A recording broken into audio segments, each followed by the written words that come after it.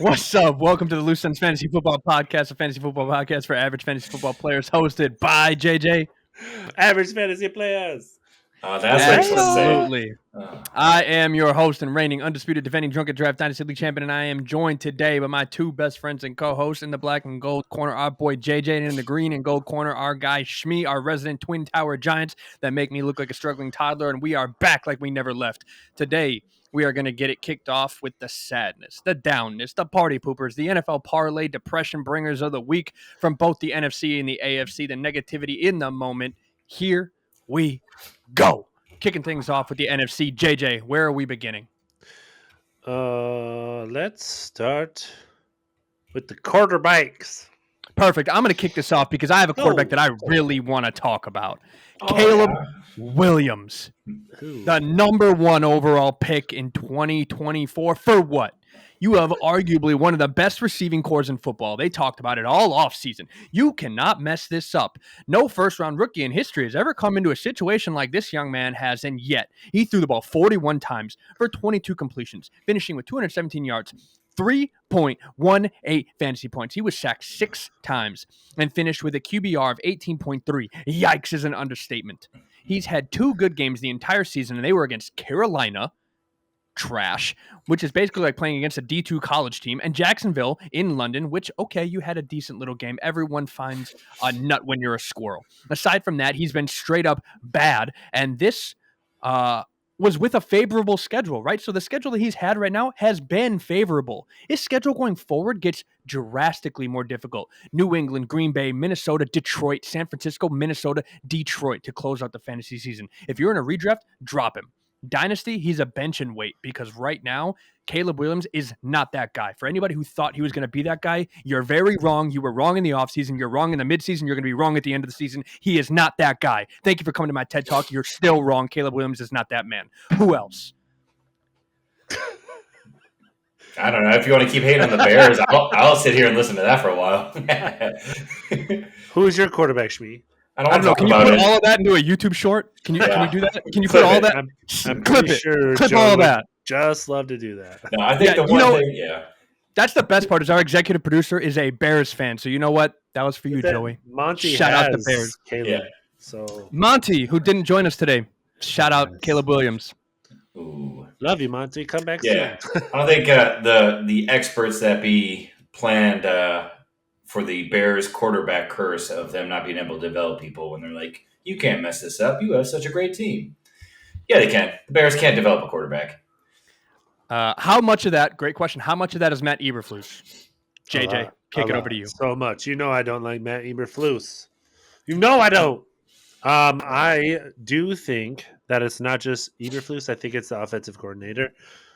And if you want your young quarterbacks to develop, I think that these coaches are mishandling these young quarterbacks. I'm not going to lie to you. I really feel like the offensive coordinator, along with the head coach, they're fucking this up. Oh, Shane Waldron. Trash. He's horrible. I don't like Shane Waldron. I think he's a horrible play caller. And if you want your quarterback to develop with the number one overall pick that you paid to get him, I really feel like you need to put the right staff in position to help him develop, because we're seeing the same thing with Anthony Richardson. We're seeing the same thing with Bryce Young. There's too many of these young quarterbacks are struggling, and we're not giving them the help, the experience, the mentorship, the coaching that they need. It's really, really frustrating. I love Mike Tomlin so much, dude. Have you guys seen this video of him? He's like, I love when coaches avoid the responsibility of coaching. And that's exactly what he's talking about. And instead of saying, like I just saw the New England Patriots coach talk about the defense, how they were soft.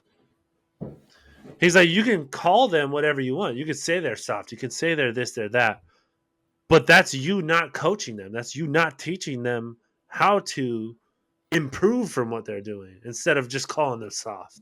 Anyway, I just feel like it's not all Caleb. He's young. Don't give up on him. I'm not giving up on Anthony Richardson. So it's going to take some time, but it's going to be a bumpy ride. If you can avoid the ride, avoid it. But We will we'll even things out here a little bit. Shmi, who's your quarterback of the week? Yeah, this one hurts. I went with Green Bay with Jordan Love. No. It's a divisional game, so obviously you want to show out. He threw a touchdown to the other team, so that helps. But 39 attempts, and you have 8 fantasy points. I don't know if he was supposed to be coming back as soon as he did, and I would like to see them put the backup in and let him get healthy for a couple more weeks. It was a rain game too, which makes it tough, Bad especially weather. given that type of offense that we run over there in Green Bay.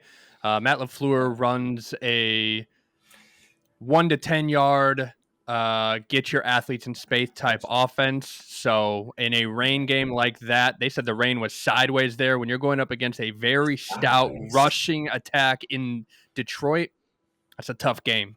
So that didn't help either. But, Hutchinson's gone for the year, so their big edge rusher, there's no excuse for 8 points. I agree. JJ, kick us over with your Debbie Downing quarterback for the week. Guys, I went with Kyler Murray because he only had 1.76 points. He didn't even have 2 fantasy points. But he didn't even he didn't really play that bad. He only threw the ball 20 times. He had 13 completions, only 154 yards. But then 2 rushes for only 6 yards. What the hell? Uncharacteristic. And also, this team won 29-9. Did they not? The Cardinals are a sneaky team.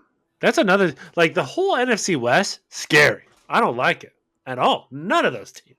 The Rams, the Niners, the Cardinals, the Seahawks, fuck them all. I don't want to play them at all. This is a bad part. So he had a fumble. Boo boo. Ooh, ooh. We know the Chicago secondary is very good. Not one you want to mess with. Well, he smoked them. Or did he? Because they only had 154 passing yards. They did it on the ground. They took care of it on the ground. That's how they won this game. Looking at these fantasy numbers, you would think that the Cardinals lost this game, but they didn't. Like I said, they won 29-9. His 3rd fumble lost on the season. And a total of 5 on the season, but only 3 lost. So the 3 losses was really managed in fantasy. I'm not excited about Murray's schedule going forward either. And the bye week is in week 11, so you're going to be missing him. Make sure you got someone to fill his spot. I would sell Murray. I've not really been very high on Murray. He hasn't played very well. He's a quarterback 9, though. He's just not efficient. You're going to have weeks like this with him, right? You're going to have those 10-point, 5-point, 11-point, 1-point weeks. Now, the Chicago Bears is a tough matchup, and that was a bad weather game too, was it? It wasn't a great weather game. You know what's so fucking weird about that game? They were in Arizona, and Arizona plays in a dome. I'm not kidding. Look that shit up. Why was it raining? They couldn't close the dome. All right. Kyler Murray had a shitty game. That's all you need to know. Hopefully he bounces back next week against the Jets. We'll see. Oof, I don't know. It's a tough defense, too. And they look like they're getting hot. Yeah. Maybe they knew that Caleb Williams was so bad that they were like, if we put him in the rain, it's going to be even uglier for him. That was strategy. Ooh. Strategy. They said our rushing attack is better than their rushing attack, and they let James Conner, Trey Benson, and DeMarcado. They did. They ran all over Chicago. They did. Oh, my God. Strategy. Smart. Oh, my. All right. Let's move it on over to the – I'm going to go IDP. Let's go IDP, and I'm going to start with Shmi. Let's go Shmi, IDP. Come on, IDP for Shmi. Take one of mine if you need one. Yeah, I didn't put anybody down. Take one of mine. Shocker. Yeah. Look at host number 2, NFC. I can see host 2. There's NFC. 3 of them. That's okay. I'll let you take them. You did. No, what? I don't need all 3 of them. Just take one. Well, I'll tell you what. I'm going to go with Roquan Smith because Okay, he's usually an absolute monster on the field. Yeah, he really. But he finished the day with only 5 fantasy points because Trenton Simpson seemed to be taking all the tackles this Sunday. Roquan finished with just 3 tackles, 2 solo, 1 assisted. So next week should be a bounce back week for him against Cincy in a divisional matchup. Trenton Simpson ate up all the tackles, noms, and left nothing for Roquan Smith. He was hungry and poor. So that is where I'm at this week. JJ, you have enough IDPs to go around, so why don't you talk about the IDPs for you and Shmi? Yeah. Okay. I did want to say that shout out to Monty because he called out Trenton Simpson as a About oh my god. 4 weeks ago, 4 or 5 weeks ago, I I'm think so. sorry. I'm watching the game right now, the Monday night game. Oh no. I think Patrick Mahomes is hurt. Anyway. I'm Oh boy. He'll be fine. sorry. Next. That was crazy to look at. Okay. So for my D line linebacker position, I was really disappointed in Dexter Lawrence, one of your newly acquired assets. No, Blake? You Oh, have yeah, I played him, and I Sexy Dex. lost by Oh, 100. 120. I'm sorry. Listen, I played Will Anderson and Will McDonald. We'll get to that. In the Right, but AFC. you won. Somehow. Shouldn't have won. Anyway, Dexter Lawrence, 7 fucking fantasy points, 6 tackles, 51% of the snaps. Now, this is the problem with Dexter, okay? If he's not going up against a shitty offensive line and getting sacks, he doesn't have any value for fantasy. Bottom line. Sacks equal fantasy points. He has 6 tackles. That's still pretty good for a defensive lineman. A nose tackle. But we need the sacks because there was a 3-week stretch when Sexy Dexy was absolutely crushing souls. Scored 25 points, then 11, but then 24 again. I had him in my impactful NFC players in week 7, and here we are, just 2 weeks later, talking about how he has had 2 back-to-back 7-point performances. Not really great. And both of those games, he didn't log a sack. So that's what we're really lacking from Dexy. Dexy still got it. Dexy's amazing. Love Dexy. But my advice with Dexter is hold on, be strong. The sacks will come, and when they do, that's when you've got to know when to play them. Let me see what his schedule looks like coming up. Hold him. Know when to fold him. There we go, Shmi. Okay, he's got Carolina next week. Oof. Spicy matchup. So don't be discouraged by 2 weeks of 7 points. Let's see what he can do against Carolina. Shmi, you want to read one of these? No, I just took a page out of your guys' book and looked at who just depressed me on my fantasy. There you go. And I got Andrew Van Ginkel. Oh He no, scored. Ginkle. He scored under Wisconsin. 15 once this year. And it was this week. I think he had 4 this week. He had 4 this week, and then he had 8 against Green Bay, which we'd like to see. But 4 points. Come on, 2 tackles. What are you doing out there, man? Did you see the way they were utilizing him this week? Just curious. Did anybody see how they were utilizing him? I didn't get to watch any, but you have 72% snap percentage, so you got to get yeah.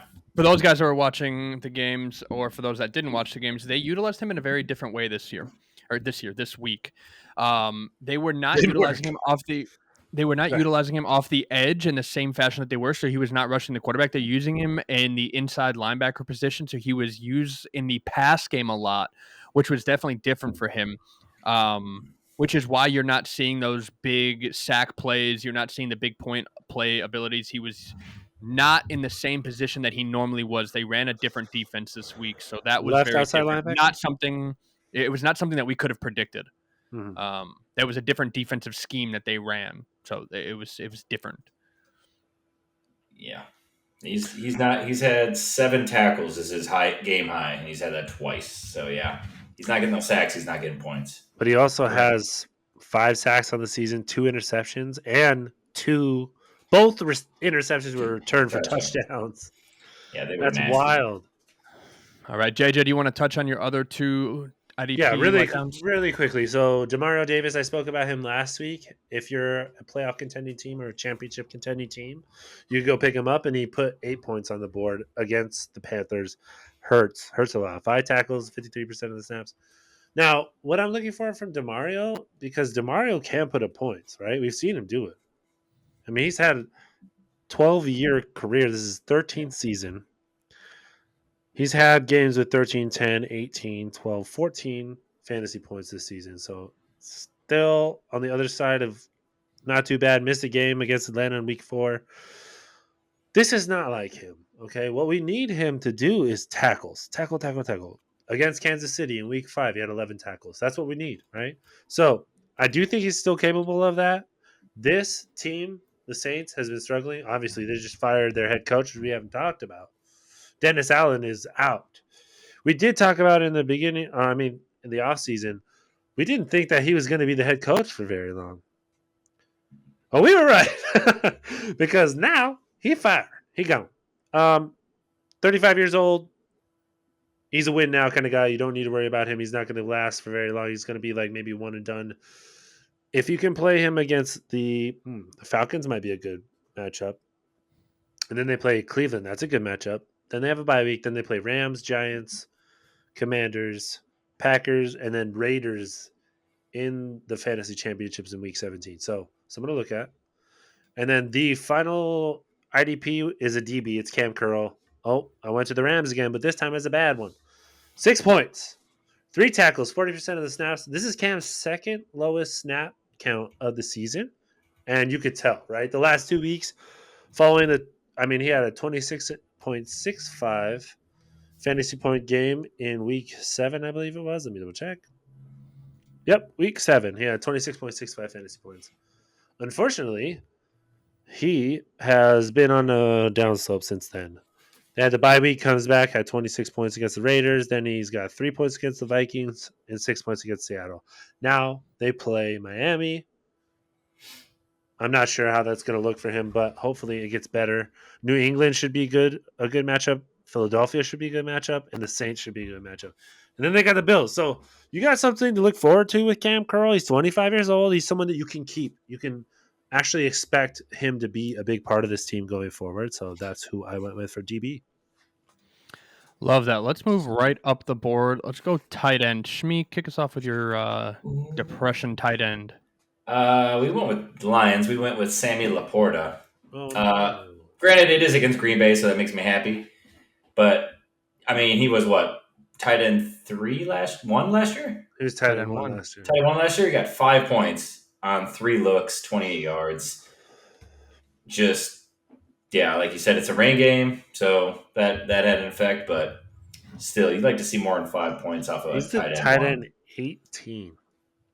Ouch. Are they just spreading the ball up more this year, or is he just literally, yeah? Yeah, because he's got the most targets he has this season is 6, and that was in week 8. Oof. And he had 16.8 fantasy points, which is crazy because Jamison Williams was suspended for the last 2 games. So we got one good game out of it.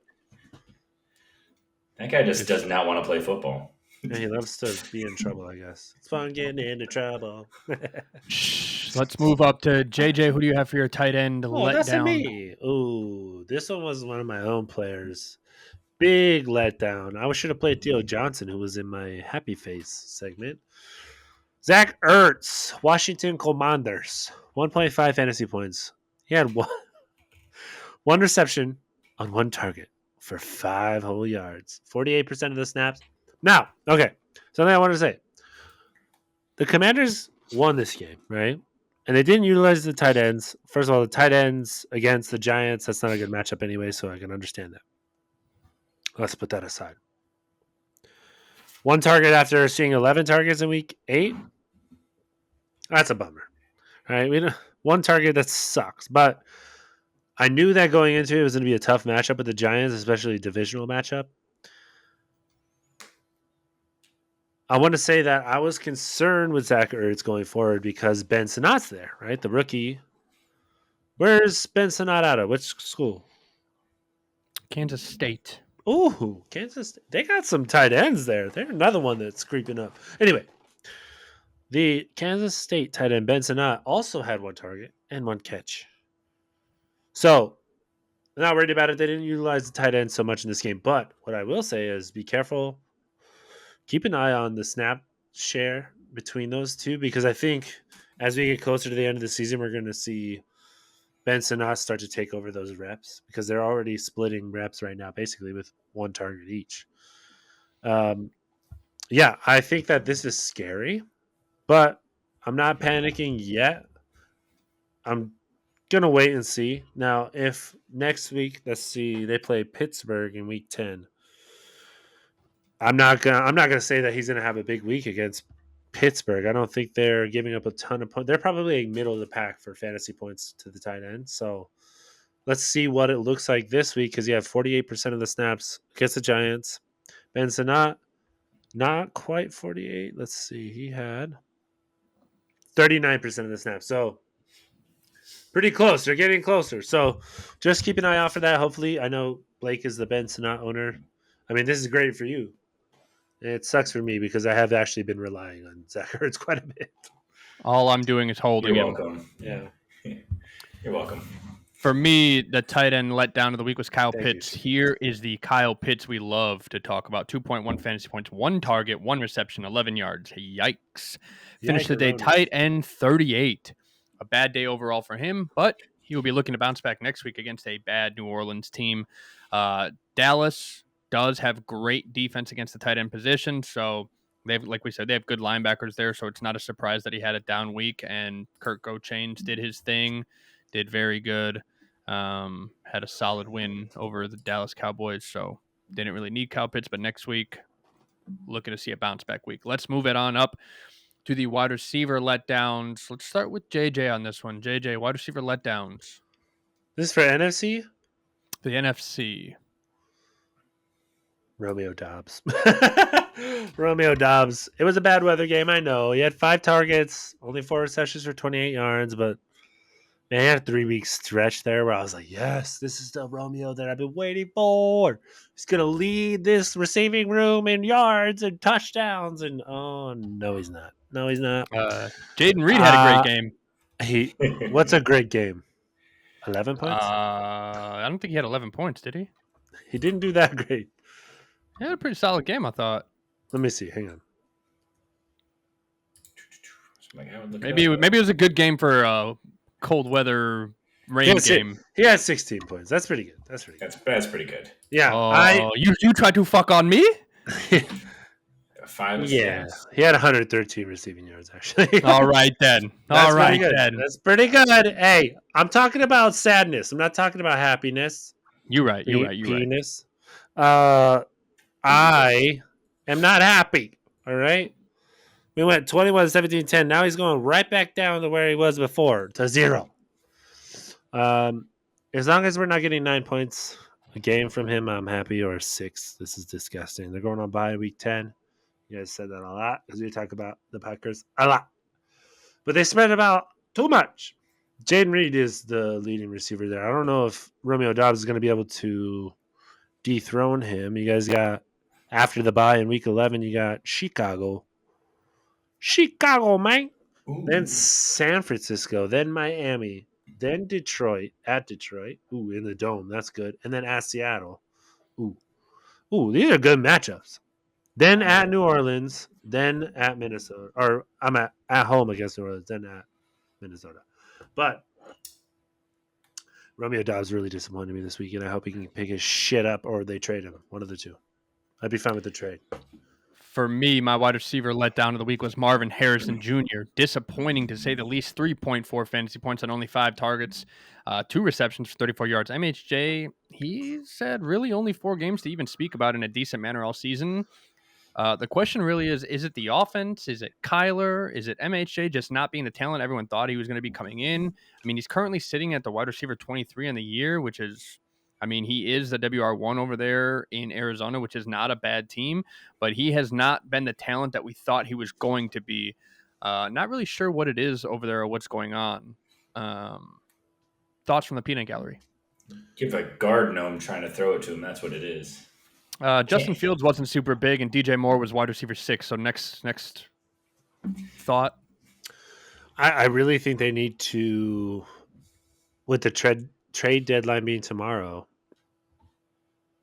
they need to get primarily, I think, number 1 overall inside offensive lineman and a tackle. Get them both if they can, and then just get a whole offensive line. Yeah, if they need it, they need it. Truthfully, I think that's why. I mean, get a short offensive line. That's really good.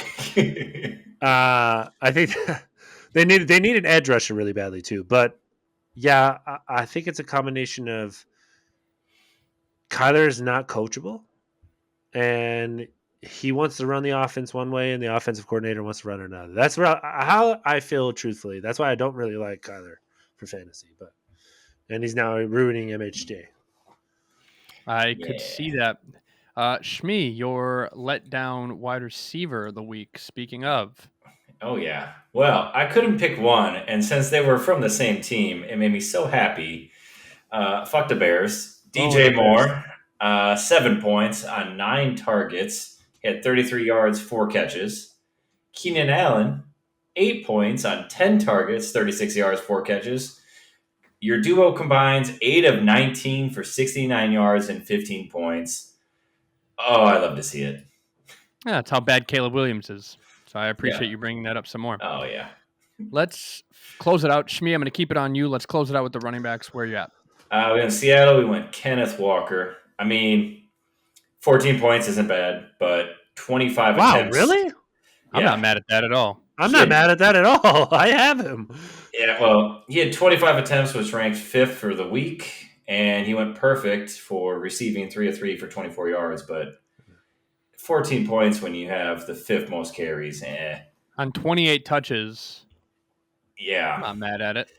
it's half a point per touch. It's fine. I'll take it. It's all right. We see Shmi has some high standards. It's okay. Some of us, You got to remember, he has James Cook and Devin Achane, so his standards are up there. You know what I mean? And see everyone wants to come back. He is. good luck with Oh, that. I'm glad you brought that up. He's practicing. They are going to open up his 21-day They window, I believe. activated. Yeah, I think they activated. He was back at practice today. Perfect. So there you go. JJ, your sad face running back. That's a me. Sad face. I went with. Oh wait, we're still in NFC, right? That is NFC. correct. I just went ahead in time. Tyrone Tracy, my boys. What happened here? 7.9 fantasy points, 16 carries for 66 yards. That's pretty good. Good volume. You want more than that, but that's okay. The touchdown would have helped a lot. Would have made 13 points, but 1 for 1, receiving only 3 yards. Receiving yards. This is the second most snaps we've seen from Tracy this year. I mean, he's a rookie out of Purdue. We talked about him quite a bit. Blake had him, dropped him, as he often does with most players. But I wanted to put him on here to give Blake a little bit of relief because he did have a down week. So there you go, Bubs. You just told me that he had the second most snaps he's seen all year. That did not get And me. he had a bad day. Yeah, Why wouldn't you be relieved? Okay, he had the second most snaps and he has 7.9 fantasy points. That is Against a divisional team. And they have to That play is the true. Cowboys. Who is very bad. But against the Giants, they'll just magically be good. That is facts. Because did they not beat them already once? I believe they did. I think so. And then the Eagles. They have to play the Eagles, which is a tough matchup. Yep, there we go. So there you Tough go. defensive I'm trying to help you. I appreciate you. I'm going to move up into more sad face for me because I'm going to talk about Kyler Murray, who I have and who was my baby. And he's been a monster all season, but for some reason, he wasn't utilized very often early on. Only 6 touches through 2.5 quarters, which was very odd to see. So much so that I thought he got hurt. I thought he was on a snap count. And then he suddenly finished with 23 touches, but it was too little, too late, and he only finished with 10.5 fantasy points, 69 rush yards, 26 receiving yards on 1 catch, which is weird by itself, no tutties, which is uncharacteristic of him, and in this offense. In a game next week against Miami, I expect him to be much more of a factor, and I expect to see a heavy dose of Kyron. So next week is going to be a good matchup for him. If you have Kyron Williams, next week is a must start. So that is who I think is that. Man, next week, we are wrapped up on the NFC. We are going to move over to the AFC, but before we do anything, we are going to take a small break. We'll be right back. All right, we are back like we never left, and we are going to move into the AFC. I was just informed when we are taking our small break by Mr. Shmi that I did Roquan Smith, which you're absolutely right. He is part of the AFC, so you're going to get double the dose of AFC IDP downers from me, so double the dose of downers. Yay. NFC downers, we can jump off rip. Off the top of the dome, anybody help me out here? NFC, I can tell you right now, I can go with Nakobe Dean, who has been having a fantastic season. He's been having a fantastic season, jumped off out of nowhere, and this week did not have a fantastic. I don't have the stats in front of me, but I can tell you right now he had a down week. I'm not going to jump in. If you want to go look at the stats for yourself, I can tell you he had a down week, and I will be correct on that answer. 9 fantasy points, 2 tackles. There you go. There you go. See, did not have one a great interception. week. He had an interception, though. I know because I have him, and he did not do well. So there you go. Boom. That was bang, his first pop. down week of the season. Absolutely. So let us move over into the AFC, the actual AFC, and we are going to start it off with the Shmee. Where do you want us to start? And my guess is it's not going to be with IDP since you don't have one. I'm going to guess tight ends. But I have an IDP. Then let's start with the IDP. Because you do pee. Oh, yeah? Yeah. Peanut. No, but... Peanut. Peanuts? You done?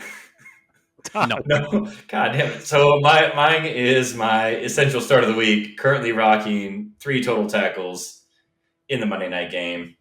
Ouch. Nick Bolton. Oh. Ooh. Oh. My favorite player to talk about how much I don't like Nick Bolton. He's still on your team. I can't give him up. Yeah, he put up some decent numbers throughout the year. 21, 25, 15, 16, 16. Yeah.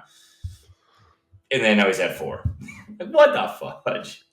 I said he was pretty much droppable at one point, or I was thinking about dropping him at one point, and I was almost crucified on this show.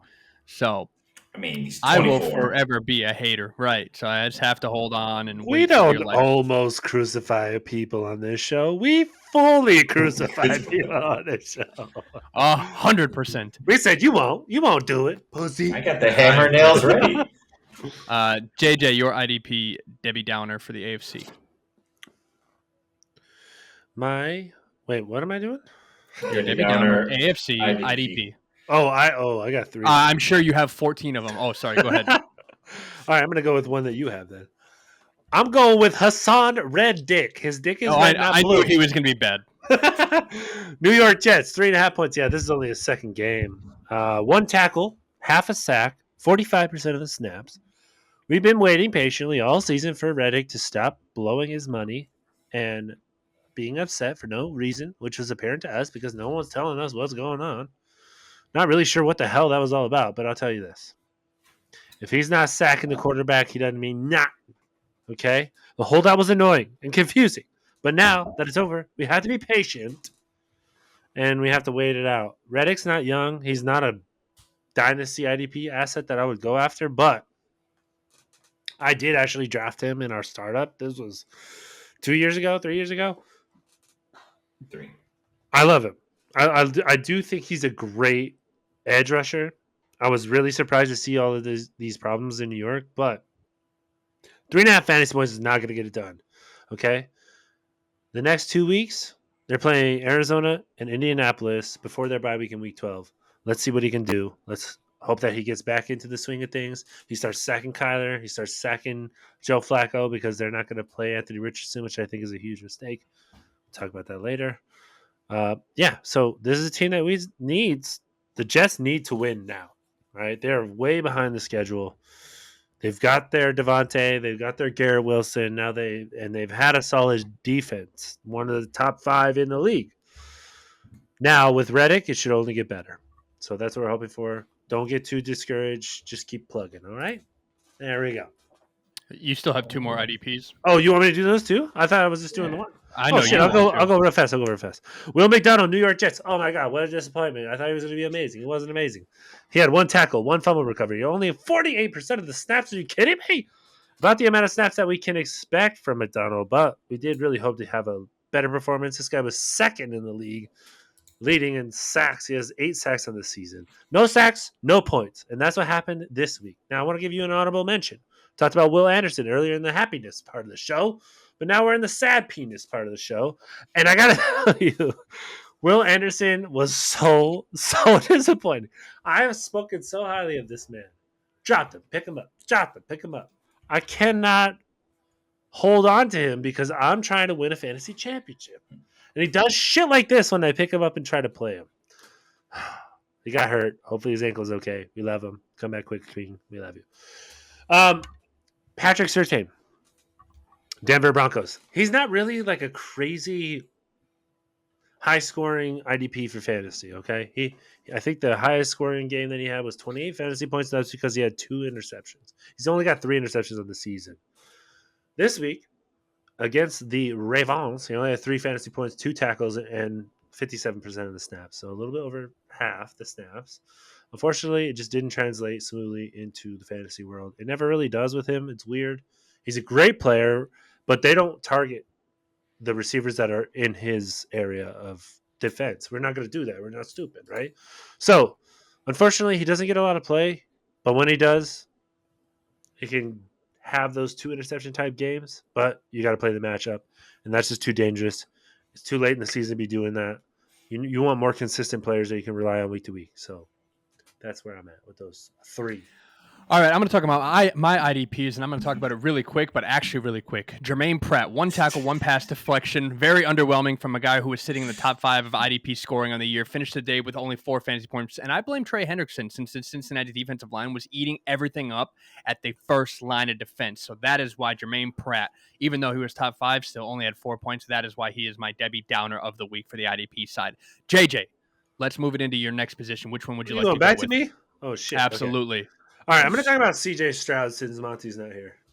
Perfect. Thinking about the AFC quarterback disappointment of the month. Before you kick it off, I love the fact that we're going to talk about Caleb Williams, destroy him, and then talk about CJ Stroud and destroy him too. I'm not going to lie.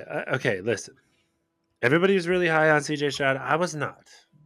I was very reluctant to be on that train because, look, now we're seeing it.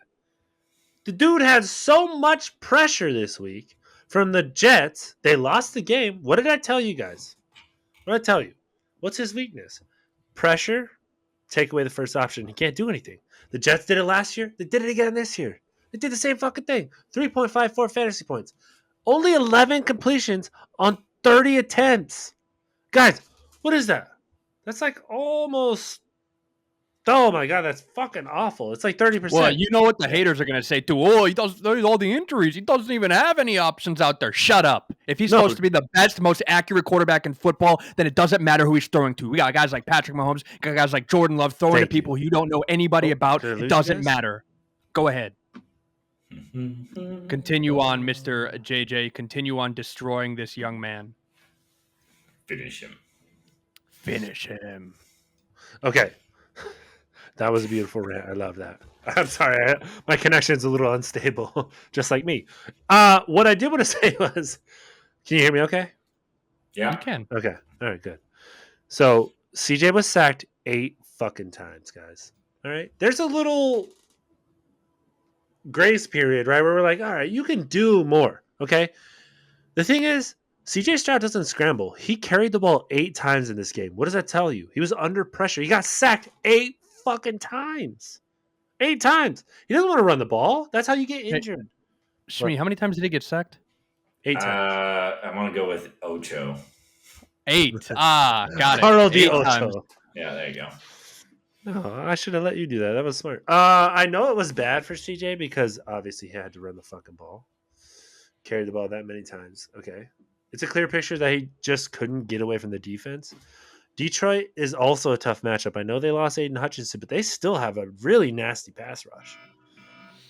Matchup in week 10, I do think we get to see Nico back in week 10. I'm hoping. What do you think, Blake? Yes. All right. He is trending in the right direction to be playing against Detroit, which Lord knows I need him. They give up a ton of points to the receivers and the quarterback, so that's good for both Nico and CJ. And I think and Blake. Yep, and that's you. Yeah. That's my Bakey Bubs. But I was very disappointed in CJ Stroud and have been so far this season. He just really hasn't been producing like we thought he could do. I think right now on the season, he is currently quarterback 16, guys. We talked about it a lot in the early offseason. Quarterbacks that really, really matter in fantasy need to be rushing quarterbacks. They have to have that rushing upside, which CJ Stroud does not do. If we want to see him break into that top 10, that top 7, 6 and upward, we're looking at a 5,000 yard passing season, 4,000 plus yard passing season, and we're not seeing that from him, especially not losing your number 1 and number 2 options. So CJ Stroud right now is just, as the kids would say, mid. So yeah, What Shmi, let's about move over to So, your. Let's move over to you my and your quarterbacks? quarterback. Yes, I sir. got I got I got three on this one. I got. But we're gonna start with the Wombo combo once again with the Raiders. Uh, Wombo. they had 3 fantasy points combined Bah! between Desmond Ritter and guard Minshew. They had under 200 yards passing with 1 touchdown off of Let's 33 do it attempts. together or not. Like, and then mine that let me down individually the most was Sir Jameis of Winston. 46 attempts, 4 fantasy points. When you see 46, you think, vintage Winston. He's going to throw 300 yards, go 4 touchdowns, 5 interceptions. No, he got 1 touchdown. He had 3 interceptions. He was not eating W's. He Yeah, was so he eating was L's. he was the big L of the week for me. Sheesh. Yeah. For me, my quarterback letdown was Joe Flacco. There was a Ooh, lot of hype around the Flacco, Anthony Richardson Flacco, benching. play. We saw ooh. Flacco string together a couple of good little games. Got the Colts some wins. Made some receivers real viable weeks 4 through 6. And this week, a tough matchup with Minnesota. Went 16 for 27 on Sunday night, primetime football for 178 yards, no tutties, 1 interception. He was sacked 3 times and had a QBR of 14.6. Finished with 0.06 fantasy points. Yep, you heard it. 0.06. That is a letdown. That whole situation is an odd one. When do you guys think we're going to see Anthony Richardson again? That's the real question. Oh, okay. I did see that they're actually going to start Joe Flacco for the rest of the season. Now, hear me out. I think that's a huge mistake. I think it's a huge mistake. The reason why I think it is because, I know, I understand he was injured last year and missed most of the season, but that's all the more reason to let him get the reps that he needs to get better. Let him improve his accuracy in game. You guys aren't going to be fucking playoffs. The AFC South is a joke. Just call it what it is. Don't fucking run with Flacco. Listen, I'll say this: if they decided to go with Flacco last week, they lose. They decided to go to Flacco again, they lose. When do they stop playing fucking Flacco and let Anthony get his reps? If they don't do that, I don't. First of all, I've never really had a lot of faith in the Colts because of their owner. He's one of those owners that I just don't get it. He just does dumb shit, like fucking hiring Jeff Saturday last season. What the fuck was that about? This is what I'm saying. He's not in the right place. How many times have we seen this with other quarterbacks? Geno Smith, Sam Darnold. It's ridiculous. Baker Mayfield. Look at Baker. The success he's having. I'm just frustrated with it. I really am. I hate the mismatch of coaching and ownership and players. It's frustrating because I want to see the mix of the three really do something for everybody. Sorry. Let's talk about I that. have two sides to that coin. Oh. One, I think it's a definite issue to bench a player like Anthony Richardson for 2 reasons. One, he's a very, very inexperienced quarterback. Benching him is taking experience away from him. What he needs is more experience on the field. He needs to be on the field more. He needs to see more defenses. He needs to be able to read things at an NFL level because he has not done that. He hasn't seen it at any level. He hasn't played very many games at any level. And now you're taking snaps and reps away from him. If this is the guy that you drafted as high as you did and you want him to perform at the level that you want him to perform at, but you're not giving him the opportunities, how is he expected to get better by playing only in the practice schemes? I don't understand that portion. Devil's advocate. At what point in time do you let a guy who decided to take himself off of the field, let him decide when he wants to play football? He's a cancer in the locker room, not playing in the effort that, or not putting in the effort that he's expected to put in, and he clearly can't lead a team at the level that he needs to. At what point do you go, maybe this isn't the guy to lead our team? At what point do you go, hey, maybe we need to have somebody that can lead the locker room like a Joe Flacco or anybody else that can come in and show him this is what it takes to perform at this level, not football wise, because he has all the measurables, but it's the immeasurables that he really doesn't have. He doesn't understand the maturity it takes to be the CEO of an organization, right? Because if we're looking at it from a business aspect, he's not the CEO of that team right now. He's not the leader of this team. He's just a guy that shows up to work. Motherfucker's that's a kind of CFO right now. whatever. He's the guy that's Chief stealing financial money right now. officer. Chief financial Yeah, officer. he's stealing money. Yeah, I think you're absolutely right. I got a little off track. I'm so sorry. We were It's all talking good. about bad quarterbacks. Yeah, still, yeah. Well, we were Anthony Richardson.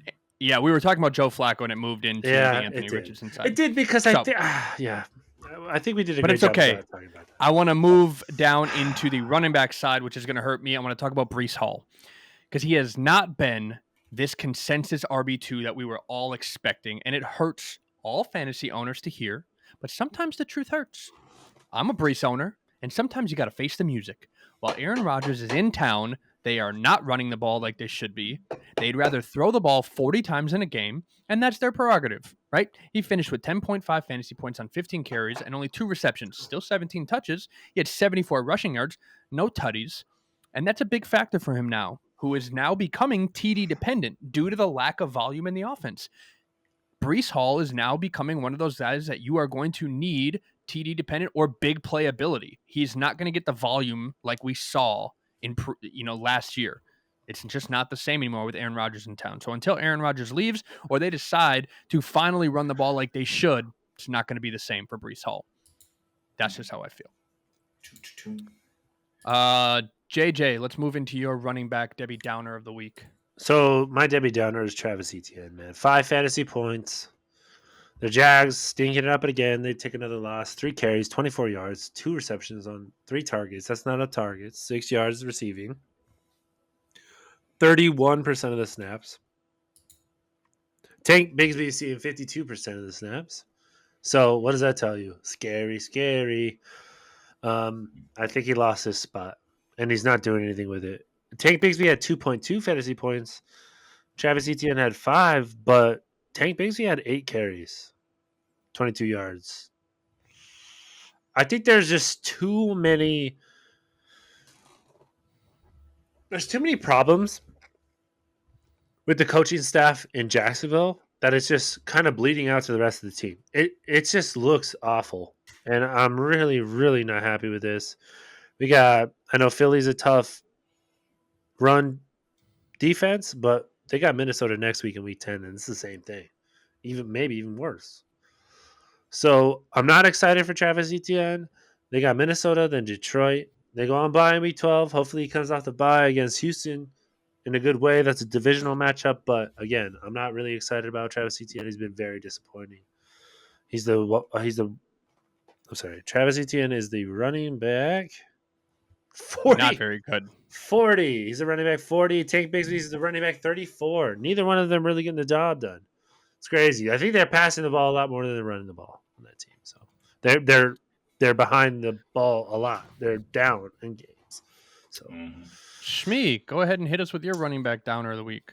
Ooh, I went with Nick Chubb. Ooh, I also have him. Yeah, welcome back.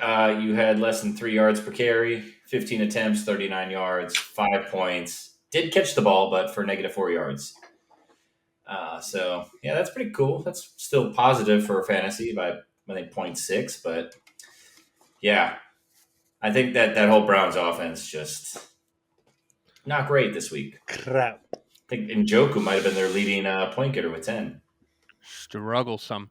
Struggle bus. Shmee, let's keep it with you, and let's go wide receiver right away. We were just talking about Jacksonville. Let's just stay with them. No. This one's for Jesse. No. I did look around. Yeah, Brian Thomas. No. four looks, 2 catches, 22 yards, 6 points total. But I'm with you. I had Christian Kirk, and I thought he was going to be the guy, and that was not right. Brian Thomas been showing out, and then just offense collapse again. He's also hurt, so I don't know how much that's injury or just poor scheming. It's okay. We're going to go with Brian another Thomas. Debbie Downer. JJ, let's go into your court again. Wide receiver? Absolutely. I'm going with another one of my guys. I had a bunch of players not put up points, and I still won, and I feel bad because I shouldn't have won, probably. I hate you. Keon Coleman. Buffalo Bills, 7.1 fantasy points. Listen, he went one reception on 2 targets for 21 yards. Problem is, that was the second target that he caught. The first target was, I'm telling you, if you guys saw this, it was a touchdown. It was a touchdown. It hit his hands, pops up, intercepted. You cannot do that with the Dolphins. And who do you think it was? It was fucking Jalen Ramsey. 79% of the snaps. He had 2 great weeks, 7 and 8. Week 9, unfortunately, he just dropped the ball a little bit, realistically, literally.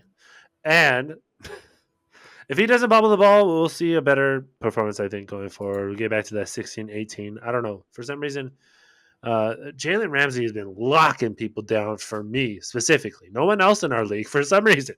All of my fantasy players that go up against Jalen Ramsey being locked the fuck up.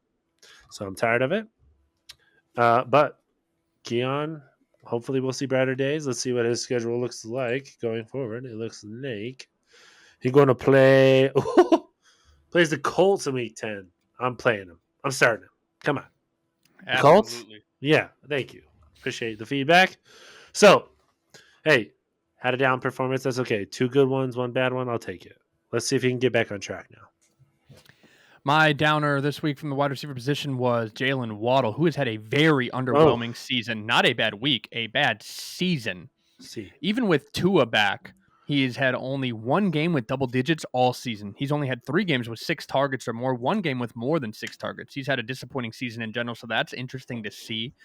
Yes, we lost Tua for a bit, but this week in particular, Tua is back. He's been back a couple weeks now. He was 2 for 2 for -4 yards.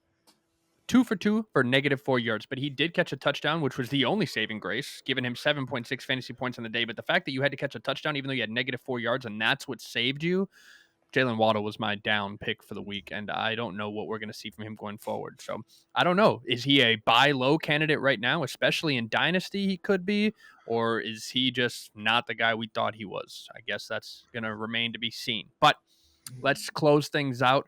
Moving over to the tight end position, I went with a Dalton Kincaid. Interesting fantasy prospect, honestly. He finished with 7.2 fantasy points and tight end 18 on the day, which is not horrible, but he had 10 targets. That's what's disappointing about it. Only 4 receptions and 32 yards on 10 targets, respectively. Over the last 6 weeks, he's seen an average of 7.1 targets per game and just hasn't been able to do much with it. Is this an offensive scheme issue, a depth of target issue, or is Dalton Kincaid just not the prospect we all thought he would be this year? These are all questions that I have to ask myself when I'm looking at a prospect like Dalton Kincaid, who we thought was going to be so much better coming in, especially given the fact that Buffalo just doesn't have the weapons after offloading Stephon Diggs. We thought Dalton Kincaid was going to be a much more prevalent weapon in this offense, and he just isn't. So that is why I went with Dalton Kincaid. Let's move down to JJ, who is your Debbie Downer tight end from the Listen, AFC. guys, my Debbie Downer tight end is because Devontae Adams is in town, and Tyler Conklin for the New York Jets, he don't exist no more. Bye. 0.70 fantasy points. Oh my god, what a huge big scorer for your fantasy team. No, he wasn't. 1 for 2, -3 receiving yards. Eee. Over the last month, it was beginning to look as though Conklin would have a place where he could be producing efficient fantasy numbers as a tight end. Now I'm looking at it. I'm like, I don't think so. The next 2 matchups are the Arizona Cardinals and the Indianapolis Colts. Both teams are giving up a decent number of fantasy points to tight ends. So I'm not ready to give up on Conklin. Hopefully he can turn it around. He has some favorable matchups, like I said, but with Devontae there now and Garrett Wilson really blooming and being that, top 5 receiver that we talked about. Top 3 now, my goodness. Don't give up on Conklin. He has some favorable matchups when defenses start to scheme against Devontae and Garrett and they shut them down. They're going to have to go to Conklin, so hopefully that happens in the next 2 matchups. Don't give up on him, but he had a rough week this week and it's sad to see. Got it. Close things out for us, Shmee, with the sad face tight end of the week. Probably could have just picked the entire locker room for the Ravens, but I'm going to go with Mark Andrews. Two for 2. And then where did he have for his yard? 26 yards, which, I mean, he puts up the points in the yards when he gets the ball. It's just they had 3 targets between him and Isaiah Likely. It's just getting them the ball. And and when you have a guy that's been 5th, 6th, 1st, 4th, 15th last year, but he's injured, come on. Oh, Tough motherfucker. Tough to see for sure. Son of a bitch. Potty mouth. Sorry. Yeah, random. It's because I'm watching the Chiefs game. Yeah. We are going to do exactly what we said in our last episode. If you watched, we are going to give you guys our essential starts of the week for week 10. We are moving in. We're going to go right down the line. Quarterback, running back, wide receiver, tight end, IDP, one at a time. I'm heading down. I'm going to start us off. QB, back-to-back weeks. I'm going Jalen Hurts versus a down Dallas team. Cooper Rush at the helm for Dallas. Expect Philly to get the ball often, and I think we see a healthy dose of Jalen Hurts. I think we see another QB5 or better performance from Jalen Hurts this week in a divisional matchup. Micah Parsons might make his way back onto the field this week, but I don't know how much of a difference that'll make. Crazy stat, weird random fact. Most rushing touchdowns since 2021 from any position, Jalen Hurts leads. Jalen Hurts leads. I think it's like 46 touchdowns. Yikes. From any position. More than Derrick Henry, more than CMC, more than anybody. Most rushing touchdowns coming from Jalen Hurts. So weird random fact of the day. I'm going Jalen Hurts QB. Essential start of the week for week 10. JJ, who you got for QB? Listen, I'm going with Danny Dimes, boys, because we talked about how he had a great week last week. Oh, that's fantastic. Coming off his best fantasy performance of the season and going into week 10, the Giants are taking on none other than the Carolina Panthers, who are, let me reassure you, the worst team against the rush. And I think top 5 worst team against the pass. So they're just kind of the worst. This is the beginning of a run where Jones has a great matchup. And honestly, if Danny Dimes can keep this shit up, I would say, go see if you can get Danny Dimes. I would try to do it right now. Have you tried to go get him? The Carolina Panthers are bad at football? Just a question? Yeah. Oh, okay. I agree. Danny Dimes should be someone you should go get. Yeah. Question? Oh, okay. I thought you were going to be like, what? Yeah, they're bad at football. They need it's not their coach. It's a combination of ownership. Bryce Young, I agree. There's a lot. I don't think it's Bryce Young. Let's move into Schmiegel's QB essential start of week 10. I just want to say this is baloney because I was going to pick Jalen Hurts because he's been going off for like the last couple weeks. Oh, yeah, pick the usual one because I'm Schmiegel. Hey, go with what works. No, but I'm going to go with Tua since I can't. He's playing the Rams, and I think we finally start to see the wide receivers clicking in that room. I know we just talked about Waddle being terrible, but yeah, I think we see a good shootout. Very interesting. This is coming from a guy who was 1 for 5 last week. Yeah, so I can't do any worse. He said hot Tua on that thing. All right. Shmi, we're going to go bottom up this time. Go ahead, hit us with your running back. We got John Taylor. Boom. I'm going to agree with that one. Against Buffalo? Yep. You know me. I love that soft Buffalo box they like to run. I like that John Taylor pick. Wisconsin. Great. JJ, who you got for your running back? My running back is none other than New York Jets' Breece Hall. Coming off the tough matchup against Houston, Breece, much like Danny Dimes, is about to go on a stretch of favorable matchups, baby. Running backs are scoring the most points against these teams. Against Arizona, I think we see Breece get back to domination. Even with Braylon there, I think that both these guys are going to eat. It's not going to take away from Breece, and I think Breece is going to go on a stretch here for the next probably 4 weeks where we see him just dominate. I am going to go with Mr. Bijan Robinson again, because against New Orleans is bad. 4th most points allowed to running backs this year. Bijan is on an absolute streak right now. They just fired the head coach. I like his odds to have a great week against New Orleans. Give me some Bijan in week 10. I'm moving it down to the wide receiver position. Guess what? I'm taking Garrett Wilson, Arizona this week. Arizona gets some pressure, but Aaron Rodgers has been getting the ball out quickly, and his favorite target so far has been GW. Wide receiver 3 on the year. I'm going to say 10 plus targets for GW and another big week for him. I don't like Arizona secondary much, so expect a solid day. Give me GW. JJ, wide receiver essential start of the week. My wide receiver essential start of the week is none other than Jacksonville Jaguars, Brian Thomas Jr. That's right. Had a down week. Not good. But playing Minnesota. Minnesota gives up a lot of points to the wide receivers. So, my love for Brian Thomas, it's no. But this matchup in week 10 against the Minnesota Vikings, I think we could see some points on the board from my man BTJ, even though he may be a little injured. Hopefully he gets healthy. We'll see. Just take it easy, big guy. Still, hey, wide receiver 11 on the season. I'm fine with that. With Evan Ingram threatening the middle of the field, I'm hoping that the defense spreads thin a little bit, allowing for those deep zone and outside the number attacks for BTJ. That's why I went with BTJ this week. Let's go. Start that man. Oh, yeah. Schmiegel, wide receiver.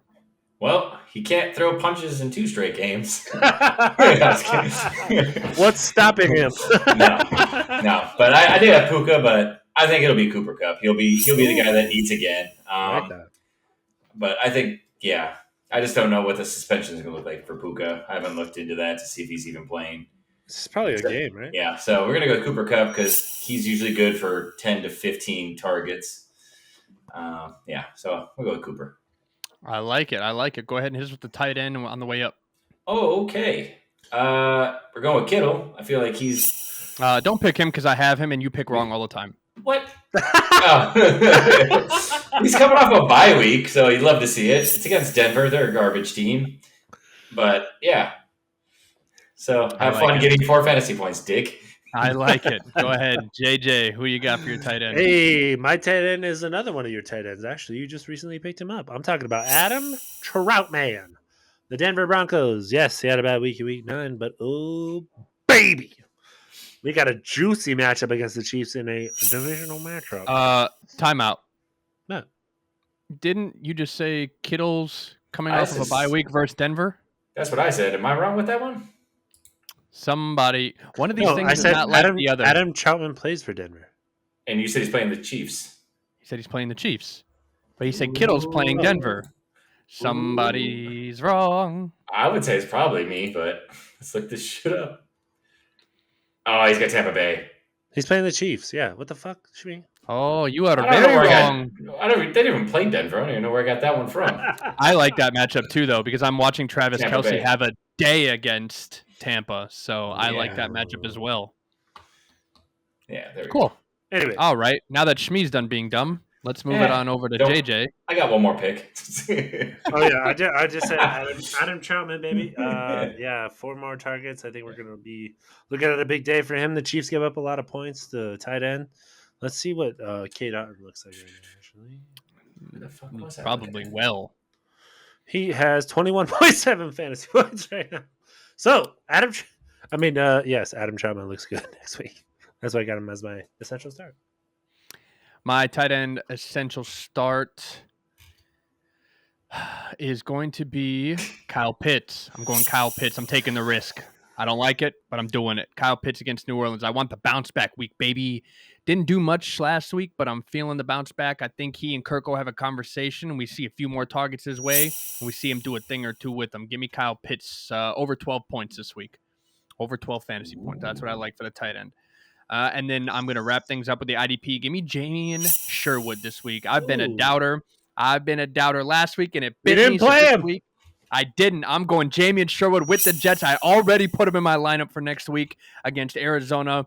Arizona likes to run the ball. They run the ball with multiple people. DeMarcado. And others. Nope. James Conner. And the guy that Jesse really likes, Trey Benson. Thank you. I don't like him, but he likes him. They run the ball a lot. I like Jamian Sherwood over there. We just saw them get eaten up on the offensive side. I think Jamian has another day and makes it difficult for James Conner in that rushing attack from Arizona. I see a 9+ tackle day from him this week, so I'm starting him. JJ, who do you have for your IDP? Listen, guys, I talked about him as if I didn't know him because I didn't know who he was. I'm talking about Jack Gibbons. Jack Gibbons, Tennessee Titans. Yes, I just learned about Gibbons. Like I said, it's more than likely you just learned about him too. So you're welcome. You had a breakout game. Let's see if we can do it again. Fuck it, man. He played against the Patriots. That's fine. Week 10, I see him having another day. Hopefully, at least 10 tackles. And anything more than that would be a dream. I'd be more than happy with that. Give me 10 tackles plus. Oh my God, I fucking hate the Chiefs so much. Love it. Wrap us up, Shmee. IDP. Well, I have the Colts' entire defense.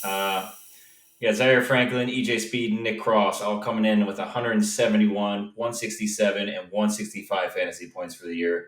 Team loves the tackle, and I think they're going to be hitting my boy James Cook a lot. Yeah, I agree. They suck at offense, so they're on defense a lot, so it Yeah. makes it easy to be able to tackle. I'm mad that you didn't mention EJ Speed. He did. Open your Wait, fudging I thought you said ears. Zaire Franklin and He said Zaire, EJ Speed, and Nick Cross. I thought he said Julian Blackman and Nick Cross. Where are you? I'm right here. He's in the Chiefs game. Okay, yeah. How do you get Black Right. from EJ Speed? Those are our essential starts of the week. But JJ, I think you have a few questions for us to wrap shit. things up here. Oh no. Yeah. Would you like to ask us? Okay, here we go. Guys, we didn't talk about Terry Henry too much. He had a great game against the Denver Broncos. Derrick Henry scored his 100th rushing touchdown of his career in week 9 of the 2024 season. Can you tell me how many running backs in the NFL have reached the 100 career rushing touchdowns in their career? How many are there? I'm gonna say 4. No, More. there's Ooh. more than that. Sean Alexander's got to be up there. My LaDainian next question is, Tomlinson. how many of them can you name? Oh, So go ahead. You're actually go ahead. Continue. You said LT. Yeah, LaDainian Tomlinson. Yep, that's one. Sean Alexander. That's 2. Yeah, Marshall Falk. That's 3. Emmett Smith. Damn, Yep, that's 4. Barry Sanders. That's 5. Walter Payton. Hang on, let me catch up. Yep. Is Jamal Williams on there? Nope. It's got to be up there close though. How many do we have left? Yeah, that's why I want to know how many there are. Yeah. So far, you said I said 6, I think. you said Emmett Smith, Yeah. Emmett Smith, LaDainian Tomlinson. LaDainian Tomlinson, Walter Payton, Barry Sanders. Barry Sanders is not on this list. Ooh. Oh, Walter Payton is. Eric said Dickerson. Sean Alexander is. So you've got 4 right now. You need 6. Eric Dickerson is not on the list. Damn. These are some That was tough quick. ones. Yeah, Jim Brown. That's That's very a good good. one. Yep, that's one. Okay. 2.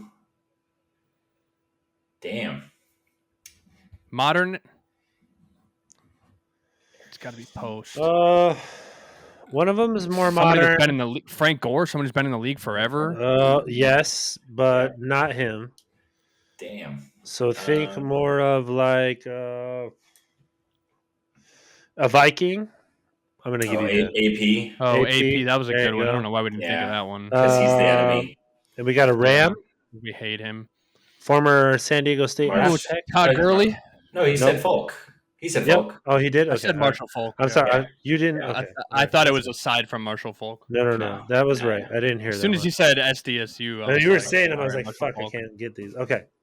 You got 1, 2, 3. Well, okay. So I'm gonna count Derrick Henry since we know that he just did that. Yeah. Okay. You got 1. You got 2 more, and they're tough ones.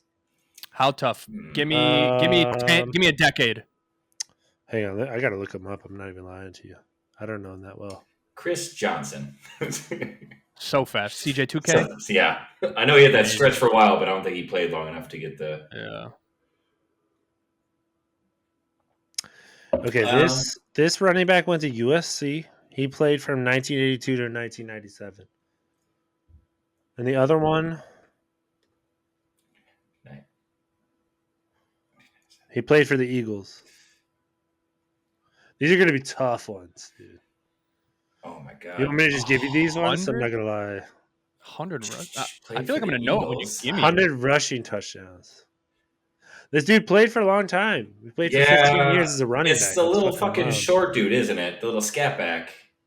No. No? 97? No. You're talking No. Sproles? Yeah, that's what I was thinking. No, you're thinking Derek Sproles. 97? No way. No, this No, I was was he's in a high bad. school when this Derek was Sproles a was playing. big boy. He was actually from San Diego. I didn't know that. Born in 1960, I don't know. 6'2", Give me that one. 210. All right, I'm gonna give Yeah. you this one. I Marcus don't know who he was. Allen. Ooh, Oh, that yeah. was a good one. Marcus Allen. Yeah, that's a tough one. That's a tough Would one. not have gotten that one. Okay. No. Okay, One next more. one. One more. All right. This guy. Bro, these guys were fucking monsters. 6'2", 230. Went to Kansas. He played for the New York Jets, and I think he's more famously known as a Washington Redskin. Clinton Portis? Oh. Good guess. No. No. Older. Think older. Yeah. This is 71 to 85. Mm. It's a tough one. I don't think I'd be able to get this one. No.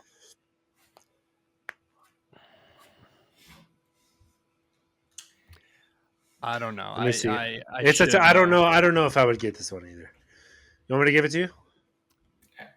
It's gonna hurt me when you say it, but yes. All right. Well, all right. Let me give you this before I tell you who it is. Nickname Diesel Yeah. or Rigo. No, I got nothing. I don't think I'd be able to guess this. It's Robert John Riggins. Yeah. John John Riggins, Riggins. running back, 6'2", 230. Born in 1949. Was a rookie in 1971 for the Jets for 5 years. Then he went to the Washington Redskins for, holy shit, Great trivia for question. 9 years. So, yeah, John Riggins. Okay, all right. That's not all I have, though. I got some more for you. Yeah. Are you ready for anything else? Are we over time? Yeah, no, we got time. Yeah, we can cut some stuff. Cut you. Bring it. All right. This is a good one. How many Hall of Famers came out of the 1974 draft class? Hall of Famers? Mm-hmm. Oh my god. This is gonna be a pure guess. I only know this because I'm a Steelers fan. I know like one. I couldn't name any, so I'm just gonna pick 26. No, that's way Nope. too many. Ed Too Tall Jones. That's a good one. That's the only one I know. All right. Just guess a number. Start guessing numbers. Let's see. 6. One down. 5? There's 5. There's 5 Hall of Famers in the 1974 draft class. The hell? That can't be the most out of any draft class, is it? Is that was Joe Green in that one? Mean Joe Green? Lynn Swann, Jack Lambert, John Stallworth, Mike Webster, and Donnie Shell. And how many of these were Steelers? That was You my said next question. 1974? 3? Yeah, 1974. You Blake's said like, I don't 3? believe you. 3 of the 5 were on Steelers? I know Lynn Swann, Jack Lambert, and I forgot what the other one you said was because I was trying not to say those names, but I did say them. yeah. Mean Joe Green. Let me look this up. Draft class. He's stat checking you now. No, he was 19. No, he was way later. Mhm. I thought he was way earlier. I only know this because I started to read about the scout for the Steelers, who was like the best scout Clearly that ever. the Steelers have ever had, because he literally Jim. Let me think. Is it Jim Noel? Oh, hang on. That's not Sure, that guy. no, that's not right. Anyway, okay. How many did you say of the 5 were on the Steelers? Were drafted by the Steelers? 3. I went with 3. It's 4 actually. Ooh. So of the 5 that were in the Hall of Fame, Lynn Swann was a Steeler. Yeah. Jack Lambert was a Steeler. John Stallworth was a Steeler. And Donnie Shell was a nasty safety. I would not have got Shell. Yeah. That was the one that was tricky. Bill Nunn is who I'm talking about. Bill Nunn was the man that drafted them. he worked his way up from a scout all the way up to the executive like head of the scouting for the Steelers, and that's why they were the dynasty that they were from 74 on. For those 4 years, they won the championships. Very Man. interesting. Yeah, I Let's love that shit. Sorry. move to your final question Okay, before we wrap things up. final question. What's the biggest mistake you've made so far? Just single. I said mistakes, but what's the biggest mistake one that you made in the 2024 season so far? Mine's easy. I'll let Shmi go first. Are we just saying because injuries happen, or just Well, trades or dropped players usually.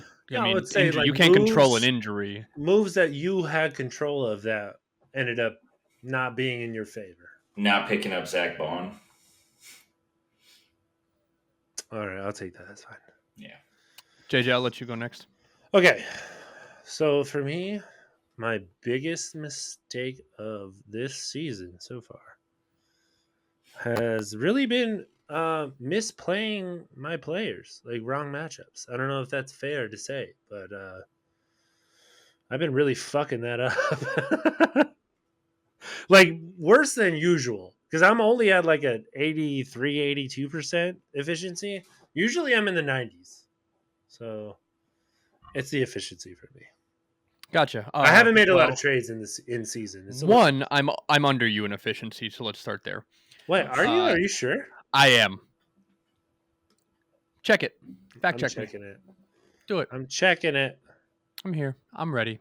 I gotta pee so bad, so just continue. That's okay. Yeah, you can hold I it. have to pee. I'm gonna give you two. I So will two pee right mistakes. Because both of my mistakes are very easy ones. One, I traded away Garrett Wilson to go get Chris Godwin and some pieces.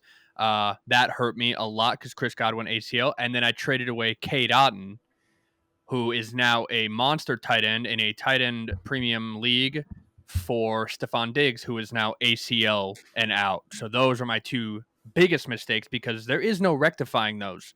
Those are guys that are on contract years with torn ACLs who are older players. There is no rectifying that. I'm giving up youth, younger players who are more successful for older, less productive, hurt guys. There's nothing I can do to rectify that. Yeah. I So feel like that one's hard to say, though, because you drafted the older players that have proven themselves. You didn't know they were going to get injured, so it's not like you've. right, but the mistake was getting rid of younger players to go get older players.